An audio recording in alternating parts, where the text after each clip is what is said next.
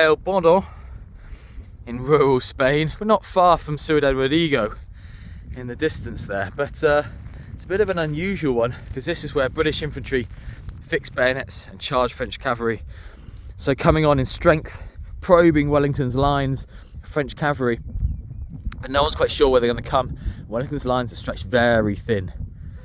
So as they look at these two roads, there's one down in that valley and one up here, Portuguese gunners on this position raise the alarm, and the 2nd Battalion of the 5th Northumberland Regiment, later Northumberland Fusiliers, move on up under Major Ridge.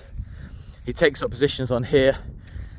The French skirmish with British cavalry, including the 11th Regiment, and slightly push back, but eventually force their way up onto this position and take the Portuguese guns.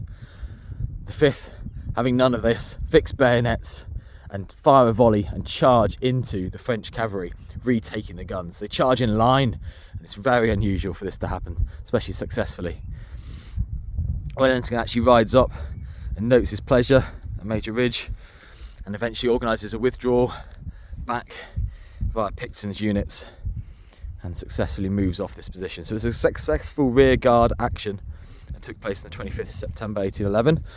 There is actually a small information panel, all in Spanish, with a map that's probably taken somewhere else in English, and this memorial.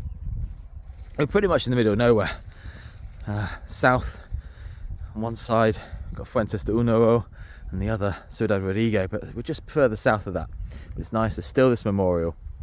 The plaques either side and tiles showing some scenes of the battle, but it's just quite nice to come somewhere so off the beaten track, just a little bit less visited.